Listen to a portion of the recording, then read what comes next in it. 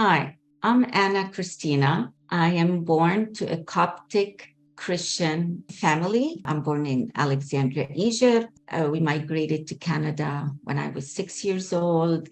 And then we went back to visit Egypt for a few years. My father wanted us to learn the culture, so he moved us back. At 14, my father hired a tutor for me because I was having challenges with the Arabic language.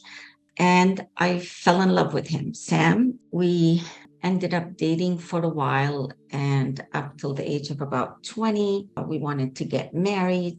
My father said it was going to be over his dead body, but because Sam was Muslim and we're Coptic Christians, that's just a no-no in Egypt. Went back to Canada. Then I met Paul in California, and we got married. And it didn't take long to realize that I married a narcissist, a very self-centered person who breaks your spirit and your soul. Basically, they're insecure and they kind of break you because they can't come up to your level. So they have to break you to their level. I had two children from Paul, Colleen and Andrew. That was my blessings. But after 13 years, I was able to get out of that marriage with a restraining order after he threatened to kill me a few times. Then I get this call from Sam, who I hadn't spoken to for about 25 years. He found me. And Sam, to my surprise, was the person that I always was looking for, the listener, the compassionate, like just, it was a perfect match. At that point, we decided to get married. After suffering for 13 years with the narcissist, I was very vulnerable and we got married. It didn't take long for, of course, custody battles. So much happened, but I was the breadwinner. I was a CFO. And because of his language, he didn't know the English language very well. He was taking care of the house, the cleaning, cooking, the whole thing. Then there were several flags that started to happen. Finally, in December 2008, I was able to talk to Sam and we agreed on an amicable divorce. And he wanted to stay in the house for 3 weeks because he had nowhere to go. So I didn't want to kick him out. And I agreed to that. About the following week, I started having pain and aches all over my body. I couldn't go to work. I couldn't move my head. I couldn't blink my eyes. The headache was just so bad. Finally, he took me to urgent care. They said, "Oh, you're coming down with a cold. Take some medicine." They gave me some painkillers, sent me home. And then Sam started giving me his blood pressure medicine, which brought down the pain from my head. I didn't have blood pressure, but he gave it to me. He knew what to give me, and it helped me. And I was able to go to work. And with all the aches, but at least I was able to function to go to work. It was year end. And on January 8th, as I'm driving to the office, I get this vision. I don't get visions. I've never gotten a visions. And I'm driving and I get a vision of like a funeral and somebody dying in my immediate family. I saw my sisters and brother, but not the younger brother, Steve. And I felt this was a warning from God that something was going to happen to my younger brother who was born mentally handicapped. So right away, I went to the office and I arranged to leave to go to Egypt the following day. I brought in all my staff to delegate responsibilities. And as I'm talking to everybody in a meeting, my head now, I'm feeling it's going to explode. And I'm sitting at my desk and I'm holding my head like that so that it doesn't explode. And I get this message. I don't know how I got it, but it said, "Stop thinking, go home." And I did just that. I just stopped the meeting. I told the staff it was Friday. So I was going to originally leave Saturday. I told them, you know what, I'll probably leave Sunday. I booked for Sunday and then I'll call you guys tomorrow and we'll finalize this, but I need to go home. And I drive home. And as I'm walking up to our condominium, the Holy Spirit reveals himself by talking to me. It's a voice that I hear. And I say the Holy Spirit because right away I recognize it was the Holy Spirit. I have no idea how I recognize it was him. Like a voice started to talk to me in my head. It wasn't like at the office where it said stop thinking, go home. That was not a voice. But this was a voice as clear as I'm talking to you right now. And immediately I recognized it was the Holy Spirit. And again, I never related to the Holy Spirit. I related to Jesus, to God the Father, but I never got the Holy Spirit. But yet there, I recognized who he was. And right away, he went like this, that I wasn't to share or talk or say anything that's happening now that I'm hearing. And I continued going upstairs, knocked on the door. Sam opens the door. Right away, he asked, are you leaving tomorrow or the day after? And I look at him and I say, I don't know. I can't think right now. I need to rest. I'll let you know tomorrow. So Sam tells me he's going to prepare my dinner just for me to go change, which I usually do. He made me my favorite Egyptian dish. It was green beans, French cut beans with rice and meat. And I'm standing there, and behind me is the refrigerator, but I'm looking at it and I have no appetite. I haven't had any appetite to eat lately.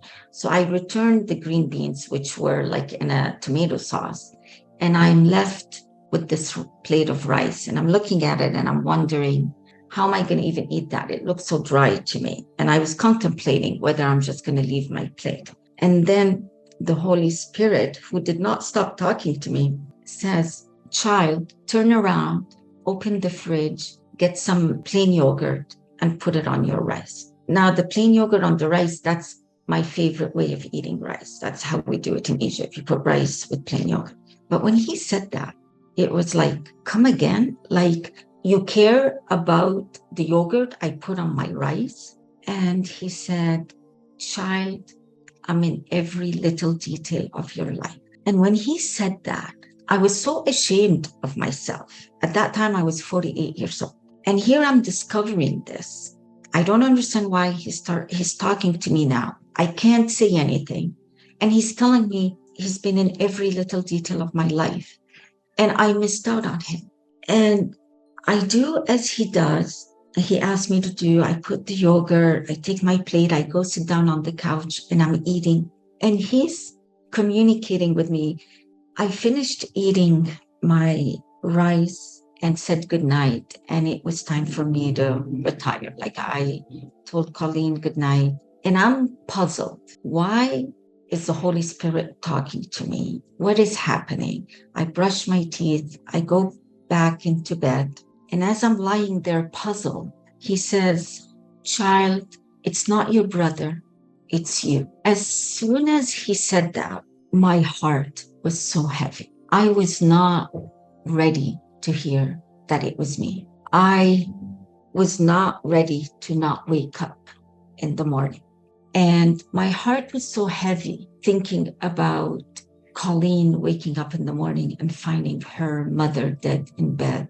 It just broke my heart. But he reminded me of a dream I had a few years ago. It was a dream of Jesus. He was walking, holding Colleen and Andrew in his arms and walking down this green meadow. And they were laughing. And I was walking with them. I just don't know how I did it. We were all holding his waist and he had his arm around my children. But that night, I got it. I was going to be with them in spirit, but he has my children.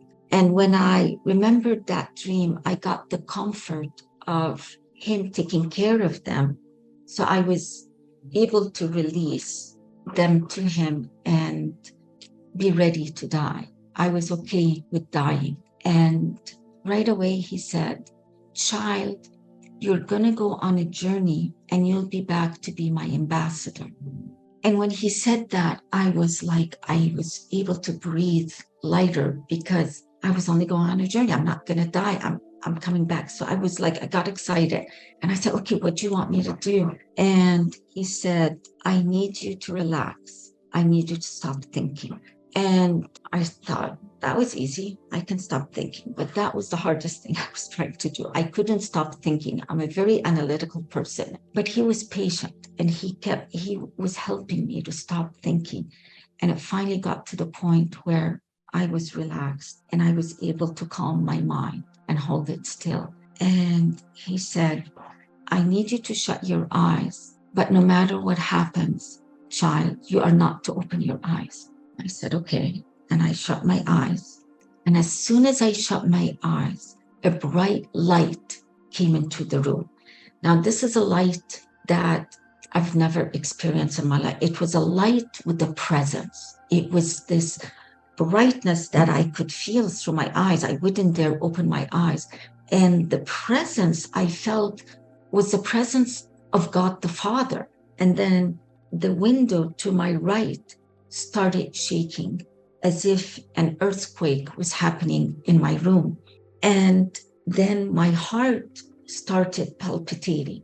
And as it palpitated, it was okay, but then it started beating really hard, like it got harder and harder. And as it did that, I got scared to the point everything shut down. The light stopped, went away, the window stopped rattling, and my heart stopped beating. And I'm lying there and I'm going, shoot, I screwed up my death. And he responded and said, no, child, this one you can't screw up. So it was like, okay. He goes, I just need you to relax more. You need to relax, child. And I said, okay. He goes, I need you to shut your eyes. And remember, you're not to open your eyes no matter what. And he went through just like helping me meditate until my brain stopped thinking.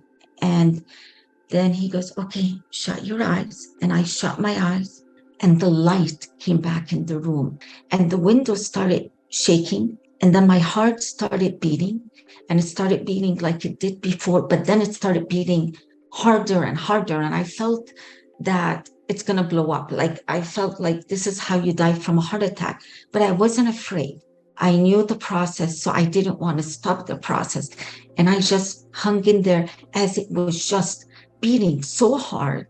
And then it stopped beating and the light slowly went away and the window stopped rattling or shaking. And the Holy Spirit said, the next step, child, is an annoyance. And I said, okay. And as he was saying that, I felt a whoosh of pain that came throughout my body, but it was more in my legs. Like I felt my legs as if somebody took a sledgehammer and was breaking my bones. And as that pain was there, he's comforting me and he's saying, child, it's an annoyance. It will pass. And as he's saying, it's an annoyance and it will pass, his comforting words, like I refer to him in the Bible, they refer to him as the comforter. He was comforting me throughout that process. And I was able to think about him and it wasn't hurting as much. I was able to endure the pain and it passed. The pain stopped and I was relieved. As soon as the pain stopped and I couldn't feel the pain, my legs, but then I realized I couldn't feel anything. I couldn't feel from my head to my toes was numb. And I said, am I paralyzed? And he said, child, yes, you are. And as soon as he said that, I said, oh, no. He goes, I'm sorry, child. And of course, I tried to move my toes and I can't.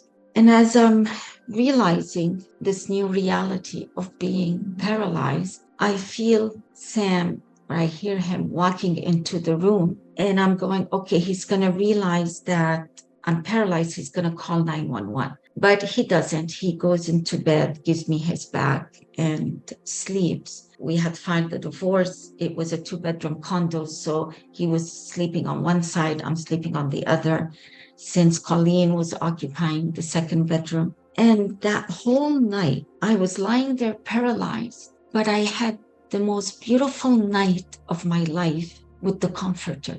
He did not leave me 1 second. He spent the whole night teaching me things as if he was downloading scriptures or stories in the Bible. And he was teaching me in a beautiful way. He wasn't going too fast or too slow. He was the perfect teacher. But in the middle of the night, I remember I needed to go to the restroom and I tried to get up. I forgot that I was paralyzed. And I said, I need to go. And he goes, go, child. And I remember wetting my bed to the point I thought maybe with all that water is going to wake up Sam, but no, of course, nothing would wake him up. And then by daybreak, he got up. I felt him getting up. He went to the restroom, came back, didn't acknowledge me. But around 8 o'clock, I felt he was getting up now.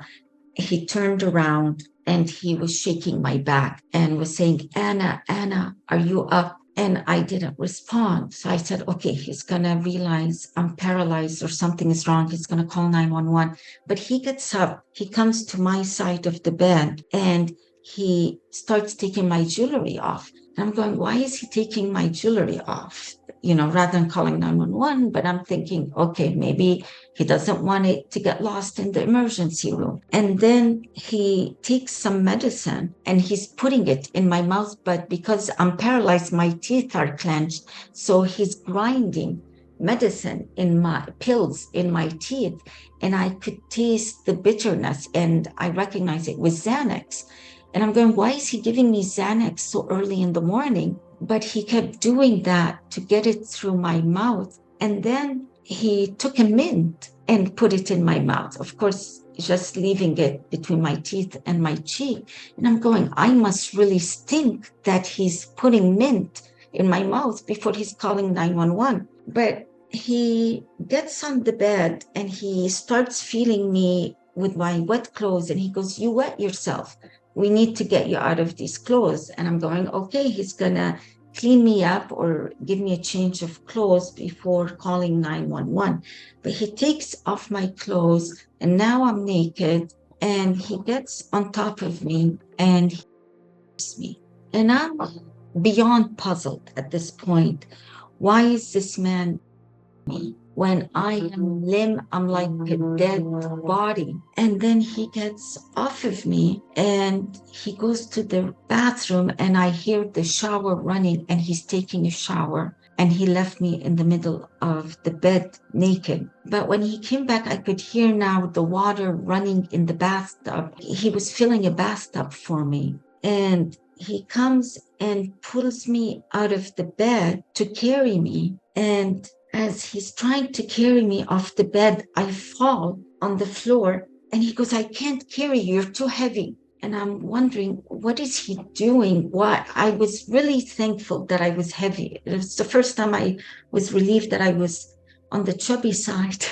And he drops me and I fall naked, crumbled on my side. He doesn't know what to do with me and he can't carry me. But then I guess we both hear Colleen waking up in the next bedroom because her TV now is on. So he rushes outside the room. And I learned later from Colleen, he told her, Mom is sad over her brother who may be dying in Egypt. And she took a bunch of Xanaxes and she doesn't want to be disturbed. So Colleen respects that and doesn't come and check on me. And then he comes back and he starts pouring this cold ice water on my body. And it put my body in shock. I didn't understand what he's doing, but my body's in shock. It's a very torturing feeling with ice water. And he's slowly just pouring it on my body. And it felt like needles just all over my body. And the comforter is still there telling me, child, it will pass. It's only an annoyance. It will pass. And I'm trying to concentrate on the comforter. But then I see a vision of Jesus's hand. All I see is his hand next to me. And it's a vision of them piercing a nail right in his hand. And as I see this vision, I'm ashamed of the discomfort at this point where I thought it was pain and discomfort. I'm ashamed of that discomfort that I'm feeling just because of this ice water. And I'm like, I can endure that. I can endure that. And it stops. And I'm relieved. And he goes away. He walks out. And I'm left there wondering, why is he calling 911? Then he comes back. And this time he leans over and he holds my nose tight. And he's holding my nose tight as I couldn't breathe because I'm paralyzed and my teeth are clenched. So I can't breathe. And he's holding it tight. But somehow I went, and a reflex, just a reflex, open my mouth. And as I opened my mouth to breathe, he just let go and he ran out of the room. And this is when I remembered my $1 million life insurance that I had forgotten to cancel when we filed the divorce. And it all made sense now, why he's not calling 911. And I'm lying there, even though with that realization, it didn't matter. I didn't care.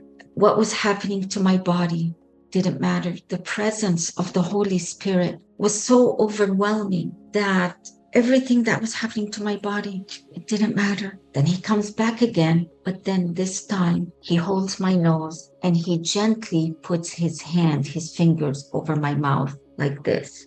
And at this point, I knew it was it. I couldn't breathe. He wasn't lifting his hand. My chest was suffocating. My lungs were suffocating. And I knew I was dying. And as I'm realizing that this is it, I see Jesus's hand now, not on the floor, but he's standing, all I could see up to his knees with his robe, and he's stretching his hand to me. And I wanted to go with him, and I didn't want him to go without me. And I just kept on going. And it wasn't a feeling of an end or a beginning. Your soul just keeps on going. You look back and your body is there, but you are your soul. I kept on going and I saw beautiful white clouds that opened up and revealed beautiful blue sky. I keep saying beautiful. The colors were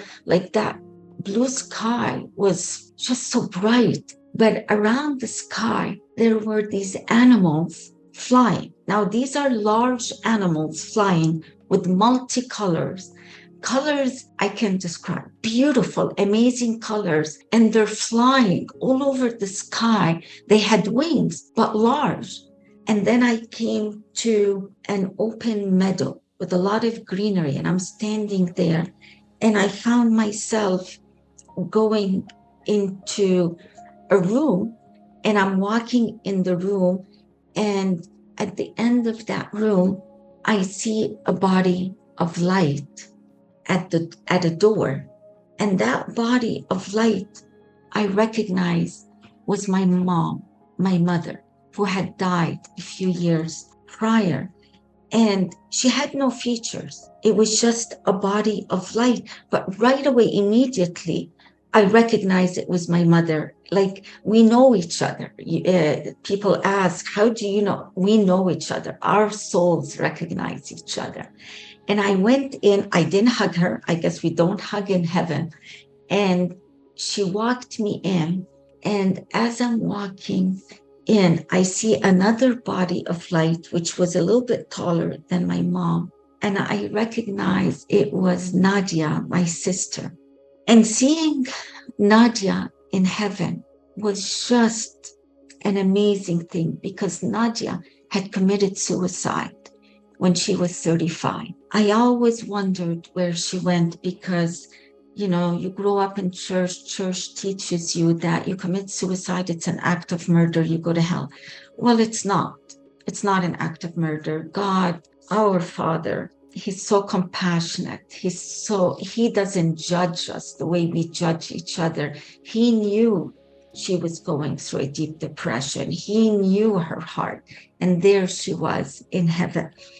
And I remember walking with her. We left my mom and she takes me to another room.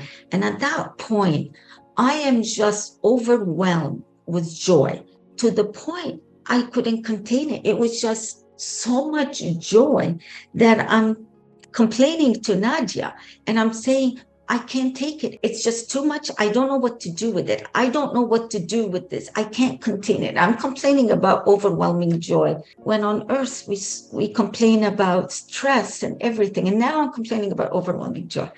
But she looked at me and she goes, Ana, with Jesus, it keeps on getting better. And I walked out with her and I saw my dad standing next to my mom. And he was another body of light. But seeing him in heaven was just beautiful. And it was a chapter I could close because I knew that his last moments were not painful. He must have felt he had the comforter with him. And we were not talking, we were communicating. And then Nadia starts saying, okay, you guys, we have to hurry. We have a banquet with Jesus. And I'm going, come again? What? Like, she said it's so matter of fact, like, so a banquet. It was like, we're going to see Jesus now. It was like, just, it was so hard to comprehend that life on the other side. But somehow I didn't follow. They went, and it wasn't time for me to have a banquet with Jesus because I found myself going into another room. And at the end of that room, I saw a body, but this time it wasn't a body of light. I recognized it was a real body. And it was the Pope, the Coptic Orthodox Pope, Pope Kyrillos, who had died in the 60s. And I never met him, but he was known to be such a loving, kind, down-to-earth Pope. And he was looking at me and he's asking me, child, where have you been? Child, where have you been? And I'm looking at him and I'm going, like he was like scolding me. I felt so bad. And I'm walking to him and I said, I've been going to Calvary Church because being married to a Muslim, of course, the Coptic Church wasn't going to receive us. So we started going to a Calvary Church together. And he goes, why, child? Why? And I say, I didn't feel accepted and I didn't feel the compassion in the Coptic Church. And he said in a rhetorical question, what is your name, child? And my name in Egyptian means compassion. And when I told him my name, he said, child, this is what we're looking for. Hurry up, child. There is no time. Hurry up, child. And he's kicking me out of heaven. And he's kicking me out. And I'm walking fast and I'm going out. And right before I come back to earth, Jesus reveals his face to me. And he reveals it in a very slow manner. And it was a face of glory, but he wasn't the face I saw in growing up watching in Jesus of Nazareth, where the blue eyes, pretty boy. He wasn't. He was olive skin. He was more like the picture of the actor in The Passion. He was more a Middle Eastern look. And I remember I'm thinking in my mind, you're not as handsome as I thought, because I'm thinking the blue-eyed pretty boy, but I'm thinking it and I'm trying not to think it because I know he can read my thoughts and I don't want to hurt his feelings, but he's beyond that. He's just smiling at me. And I understood later why he wasn't as handsome as we thought, because back then, I think with all these vulnerable women thousands of years ago, they would have fallen in love with him rather than fallen in love with his message and what he represented. And then all of a sudden, I came back, then I was in my room. And at that point, I can see Sam, and now he had my body next to him. I was still naked, and he's holding my body next to him. I don't know how he got me up there. And he's just holding it. And I'm like, I can't handle him holding me. My body, my soul somehow goes into my body. I jump out of bed because I couldn't stand him touching me.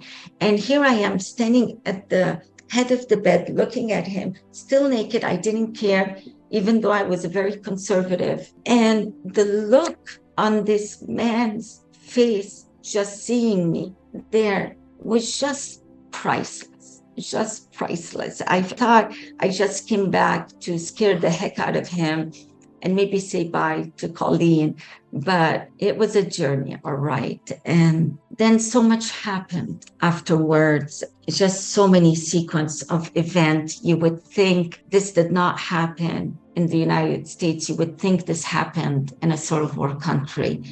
It's just hard to talk about everything. I ended up losing my daughter because I tried to protect her from Sam, and then I ran into her room naked. So the first husband finds that I'm walking around the house naked.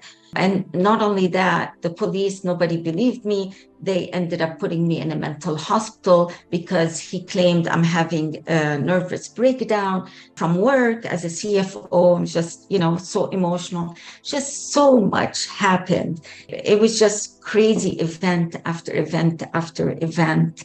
After I came back and after all this ordeal, I went and I got a brain scan to see did I get a stroke that caused me to be paralyzed. There was no stroke. I went and I got a heart scan to see did I have a heart attack, and everything was negative. And then my lawyer told me, go get a forensic hair analysis. So I did. He poisoned me. I feel after the divorce, he probably was putting it in my coffee slowly. Especially barium has no smell and no odor. And that's what was happening with me, feeling the aches and pain. And barium breaks your nervous system. And I remembered afterwards that he stopped drinking coffee, but he would be making my coffee. And I believe that because I had the vision, I was going to Egypt the next day, and he only had, remember, it was only 3 weeks he would stay. He didn't have much time. And if I left, then it's all over. So he had to finish me off that night. So I believe he put all the poison in the rice, and that's how I became paralyzed. But I don't think he expected me to still be alive. He kept testing and seeing. He didn't realize I'm conscious. He thought I'm out of it, and that's what he did. All that he was just trying to finish me off, and he didn't know how. And at the end, he just suffocated me so that it'd be over with. So that's what he did. And mind you, a lot of people say, how could you be sharing the story? And is it painful to go through it, to remember it? How did you get over that? And tell it with a smile, And I say, again, the encounter with the Holy Spirit was beyond worth it. So this was a blessing in disguise. It didn't matter, the betrayal, everything, all that, and I have forgiven him. And I've forgiven him not because he's worth forgiving, and it's because I like him or anything like that. No, he's just not worth forgiving. He is not worth it for me to carry a load and pain and be bitter and think about it. He's gone. He's out. He's out there. He went back to Egypt. It's God to deal with him. It's not for me. So it's an encounter that's beyond amazing, but it was an experience and an encounter that was the most amazing encounter of my life. But the most important thing also in my event was the comfort as we're dying, even under horrific circumstances. I get a lot of parents who reach out to me who lost a child to a horrific set of circumstances. And they are comforted to know that they were comforted with the Holy Spirit. And some people ask me, how do you know? And I say, because I'm nobody. Why would the Comforter comfort me and not comfort others? I am a nobody. I've made so many mistakes. I screwed up a lot of my life choices, but he came to comfort me. He was there. It's not just about death. He was there until I took the last breath, but his presence was there until I crossed to the other side. He wasn't there with me it was Jesus on the other side. He did not leave me. But the fact to know he has been with me throughout my life and to come back and to know that truth is beyond an amazing knowledge. And I just tell you, don't wait to discover it on your deathbed when he's going to tell you can't share, you can't talk, and you're going to feel like me, where I missed out on it for 48 years. He's there. He hasn't left me. He doesn't talk to me the way he talked to me when I was dying, but his presence is there. The signs he gives, he's become my soulmate. He's become my partner, and he can be the same to you. Just don't wait till your deathbed to acknowledge his presence. We have a partner. Imagine that. You have a partner that no one else can see, but you can feel. And he's the counselor of the Most High God. He's the comforter. We always go to others to comfort us. I discovered he is my true soulmate. So, if anything, that's my message to most people, is to not wait to discover him. And that's it.